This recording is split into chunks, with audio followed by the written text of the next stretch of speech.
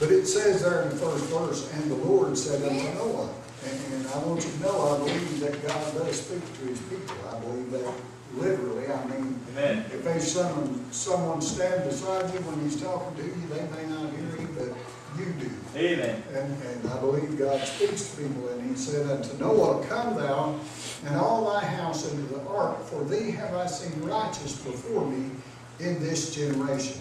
Heavenly Father, we are thankful for your mercy and your grace. We're thankful to you for all that you do continue in our lives. We're thankful for this year and thankful for a place to worship you, Heavenly Father. We're thankful for your word, and I ask now that you would bless that word to our hearing and our understanding, that you would be with me, help me preach your word, Father, as you would have it done. Let it come forth, speak to our hearts, bind anything that might hinder that from happening. We ask it in Jesus' name. Amen. Amen. You may be seated. So as God here was speaking to one of his children. Now, if we turn back a little bit, we would know that that is because in verse 8 of the 6th chapter, it says Noah found grace in the eyes of the Lord. He found grace in the eyes of the Lord because he believed God. Amen. He listened to him. When God spoke to him, he not only heard his voice, but he listened to his voice. And he was obedient to his voice, and he followed after him. And that's what makes God pleased with us, is when we hear his voice, not only hear his voice, but obey his voice and follow him in that. That is pleasing to God. That blesses his heart. And that is because, not because that God is a tyrant, not because that God just thinks he's all of it, even though he is. It is because that in that place God can bless us continually. When we're obedient to him, when we're following him, when we're obeying his word, we are in a place of blessing. Amen. He can bless us. That's where God wants to keep us. He don't ever want us outside that. He never does. It's not his will.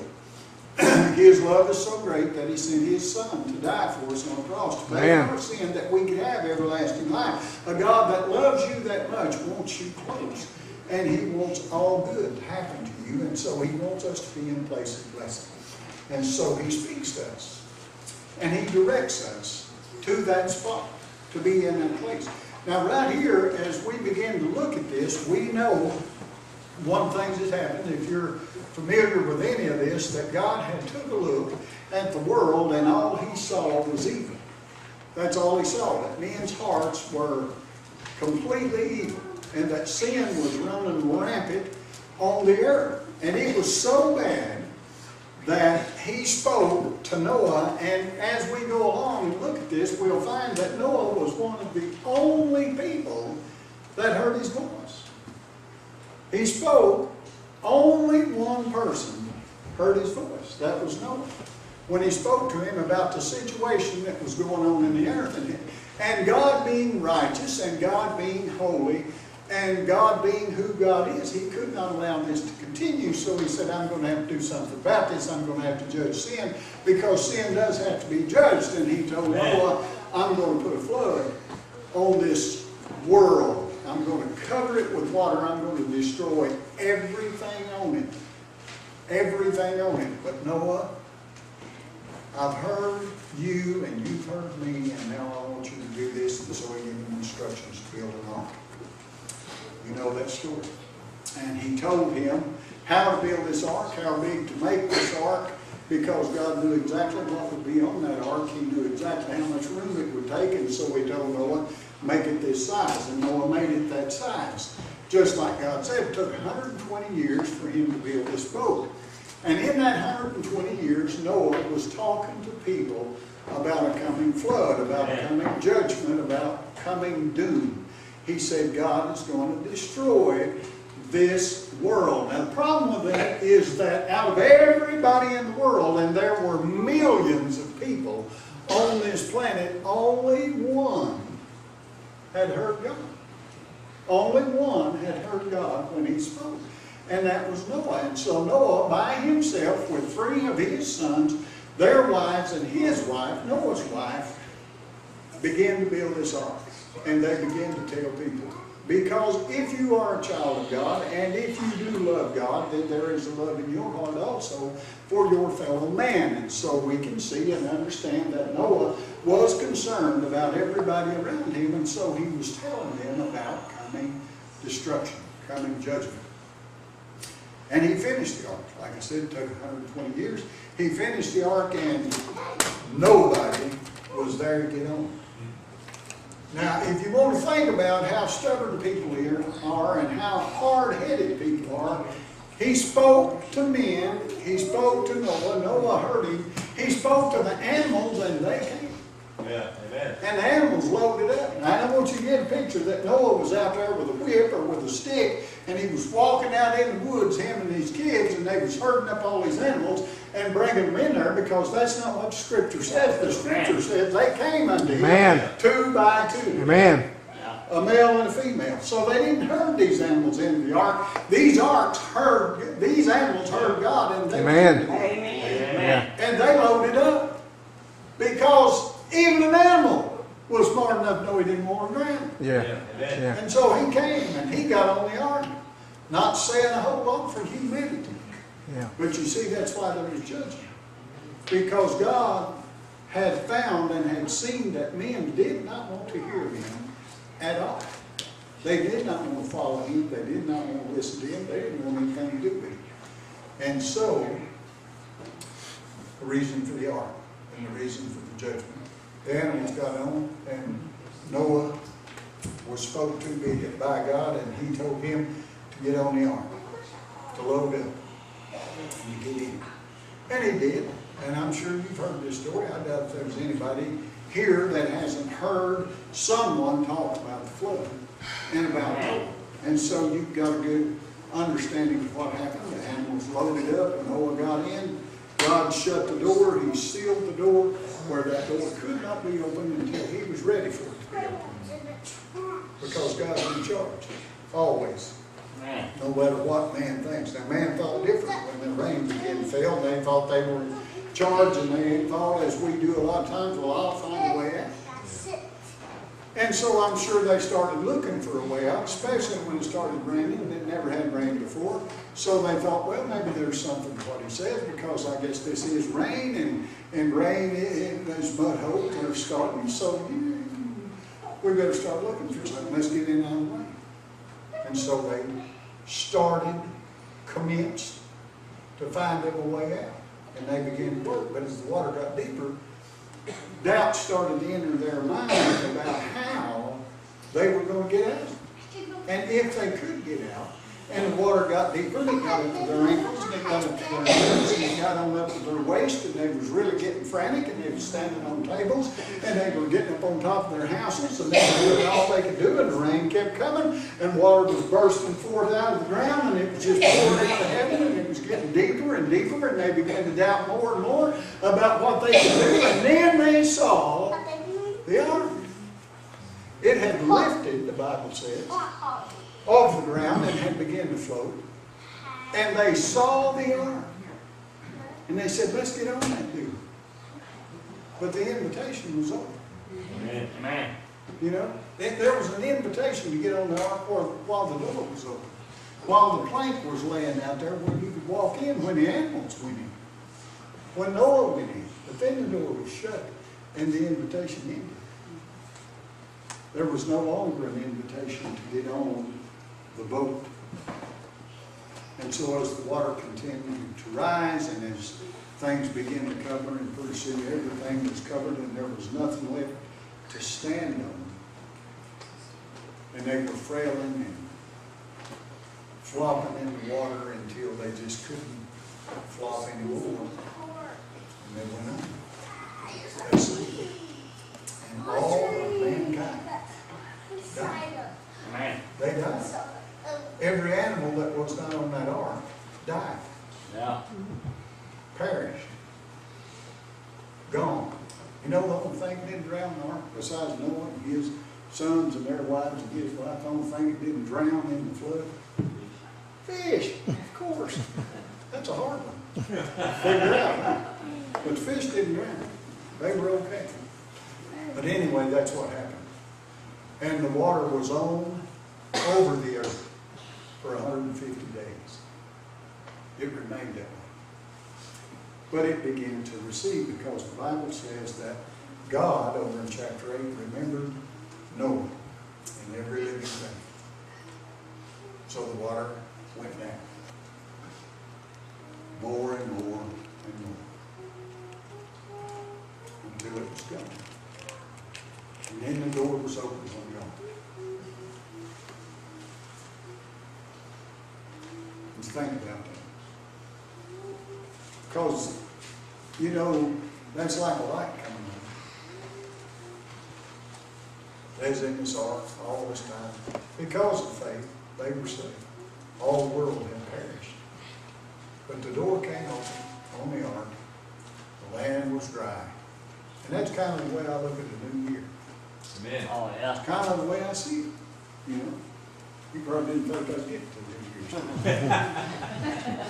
But that's the way I see it. Yeah. Kind of like that. Because we're in this world, and let's face it, I mean, there's people being killed today at an alarming rate, and I heard someplace the other day that the Pope made a statement that there had been more Christians killed at this present time than all of them that were killed before. And we're talking about in the Inquisition and all of that when Christians were killed hand over fist, but there's been more killed now, this present time, than all of those. So is the world better? No. World's worse. And so if you're talking about judgment and you're looking at how the world was when he destroyed it with water and killed all those, and then you see it now. But you see, God made a promise back then with Noah, and he told him that he would never again destroy this world with water. That he would never destroy every living thing like that again. And he gave him a sign, a rainbow in the sky as part of the covenant. And so that was hope. And I like to think about that Amen. with a new year. I like to look at it that way. I like to see it that way, and I believe I can. Yeah. Yeah. I believe I can see it that way because of who I know Yeah. Amen. and who knows me. Yeah. I can see it that way, and I can look at it that way, and I can receive it that way because my Heavenly Father owns it all. Yeah. I'm Amen. a child of the King. I'm a peculiar person, the Bible says in the book of Peter over there. I'm part of a royal priesthood, and so I can look at this year, and this year is glorious. This is a new year, and that's the way Noah had to feel when that door fell open on that ark, and he looked out there. Can you just imagine? Amen. You know how you feel sometimes? Because we have storms. Everybody's aware of that. We have tornadoes here in Oklahoma. And so, you know, there's that thought that looms over your mind when a storm comes up, and maybe, usually it seems like the worst ones are always at night, where you can't really see and it's dark, and tornado warnings is out, and the wind starts howling and everything, and everybody's scared, and they get in their cellars or they go to their bathrooms and they cover themselves up with mattresses or whatever in their bathtub, scared to death. And this fear is just gripping them. And then it gets quiet. And the night passes. And the day comes. And their house is still standing. And they're still breathing. You know how that feels. Yeah. Amen. You know how that feels. That's the way Noah felt when that door came open on that ark. That's what flooded his heart, don't you think? Amen. Like it does. Satan wants so much for us to lose that. He wants so much to take that away from us. He wants so much for us to enter the year without any expectation of good at all. With darkness looming in our minds. That's what he wants. He does not want us to have victory. And yet we heard in that song that there is victory in Jesus. Amen. Victory in Jesus. Because he has saved us. I'm saved. I'm saved. I have eternal life. I have a home in heaven. I have that. That's the picture. I believe that Noah had. Judgment was over. It was past. God said, I'm not going to do this again. You know, He's saying the same thing to you when you receive Jesus Christ as your personal Savior. Judgment is over. I'm not going to do this anymore. Yeah. You don't have to worry about it. Your sin is paid for. You have everlasting life. You can go into a new life, a new world with new hope. Amen. Because of who you do. Yeah. And so, there was Noah, and over in verse 15 it says, God spake unto Noah again, saying, Go forth of the ark, thou and thy wife, and thy sons wives with thee, bring forth with thee every living thing that is with thee. And in verse 18, and Noah went forth, and his sons, and his wife, and his sons' wives with him, and every beast. They went out of that ark into the world. And the world was fresh, and the world was new, and the evil had been washed away. The Man. flood had arrested, washed away. And so they went into it like that. Perfect picture of a person's life. And receive Jesus Christ as their personal Savior. You enter into new life, just like that. You've been cleansed of your sins, been washed away. You're a brand new creature in Christ. It's wonderful. It's wonderful. It's wonderful. Sad thing about it is that's the only time you experience that in your life. Because that's not God's will. God's will is not that we experience only that at that time when we receive Christ, but we experience it beginning then, and we experience it always after that. That's God's will. And He's done all that He can do to make that possible. And so that can be our expectation. That can be our expectation for this year, is that God has done everything and is doing everything that He can do, that this can be a blessed new year. Amen. For you, if you know Christ. If you don't, then right now, He's knocking at your heart's door and He's saying, hey, I got a good year for you. Amen. I've got a good year for you right now. Amen. Amen. Your sins can be forgiven. You can Amen. have eternal life. You can know heaven and make heaven your home right Amen. now. I've got Amen. good news to bring, and that is why I sing. Man. Amen. To you, my joy. With you, my joy I'll share.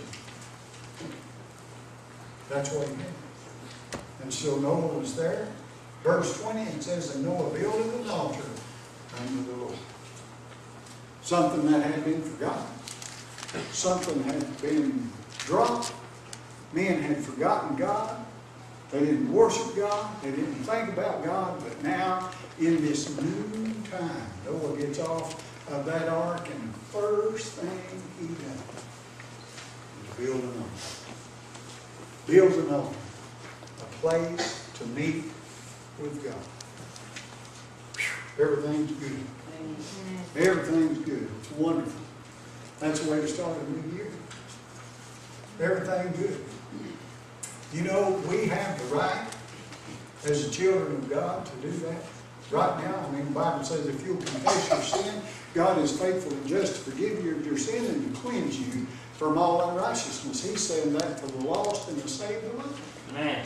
You can do that right now. You got things that's bothering you, things that are wrong in your life. You can come to an altar just like old Noah did, and you can lay it right there, and everything's good. Everything's good. Oh, Noah, I'm telling you right there, he was feeling good. Now, I want you to know, Noah was feeling good. He was probably feeling as good as he had ever felt in his life. And you know what? He's 600 years old. Yeah. Amen. 600 years old. He's lived for 600 years. Can you imagine what you can do in 600 years? Of course you can. I can't imagine what I've done and what I've had. It ain't close to 600. 600 years he lived. And right now, after 600 years, one of the high points in his life. That's God. Man. That's God. I mean, I've been saved now almost 37 years, and I'm still having high point. Yeah. I can't look, and although it was the most blessed time in my life when I received Jesus Christ as my Savior, and I had my sins washed away and all that, but man, I'm telling you, it didn't stop there. Man. And I can't even stand here and tell you that was as good as it gets. Yeah. Because it's got better. Amen. It's got better. Not only did I realize that for me, but I've seen it for others. And I'm telling you, that's just as good as yours. Amen. Or maybe better. Amen. Amen. And I have that. And that's the expectation we have as the children of God. And so he made an altar there unto the Lord, and took of every clean beast and of every clean fowl, and offered burnt offerings on the altar, and the Lord smelled a sweet savor. Amen. And that's just like you coming up here right now, or me coming right up there and bending the knee and laying our face right there on that altar, and God smells a sweet Amen. savor. Man. It's just, it's like the sweetest smell you've ever smelled. That's what God smells. When His saints are at the altar, when they're offering up prayers, when they're talking to Him, when they're communicating, that's just, He did. I don't know if you can see it, but if you could, or if you just think about it, God goes, Yes. He just pulls it all in. And He's blessed by it. And that's what was happening right there in the Lord. Something God hadn't enjoyed for a long time, something He hadn't seen for a long time, something He hadn't received for a long time, but there it was. And He smelled a sweet savor, and the Lord said in His heart, I will not again curse the ground any man more for man's sake, for the imagination of man's heart is evil from his youth. Neither will I again smite any more everything living as I have done. And look, this is for those who are scared to death of global warming. While the earth remaineth, Yeah. seed time and harvest, cold and heat, summer and winter, day and night, shall not cease. Man. Shall not cease. That ain't gonna happen until God says that's all. Man. He's the one who turns the light on. That's right. Amen. He's the one who cuts off the electric. It's Him. So you don't have to worry about that. All you need to be concerned with is whether or not you know Jesus Christ. Amen. As your personal Savior. Amen. That's right. Man. Out of all the things that you can do, out of all things that's possible for you in this world, in this land we live in, that's a lot. Yeah. But the most important thing for you going into this year is to know where you're going when you leave here. Amen. Amen. There's only two places. Right. There's heaven, Yeah. to have this that Noah was experiencing forever. Yeah. Man. That's heaven. Yeah. Or there's hell, which is to live in that judgment that fell and those people drowned in that water. Destruction. That's the only two things there. Amen. Heaven or hell. Yeah. And the thing to know in any year, in this new year, is to know that heaven is the place where you're going to spend Amen. Man. eternity. That's right. Yes. Not only that, but to know that blessing comes from obedience to God. And I want to read you one more verse. After this, and there had been some time passed, and they had continued life, and they followed after God. He had offered offerings, everything was going smooth.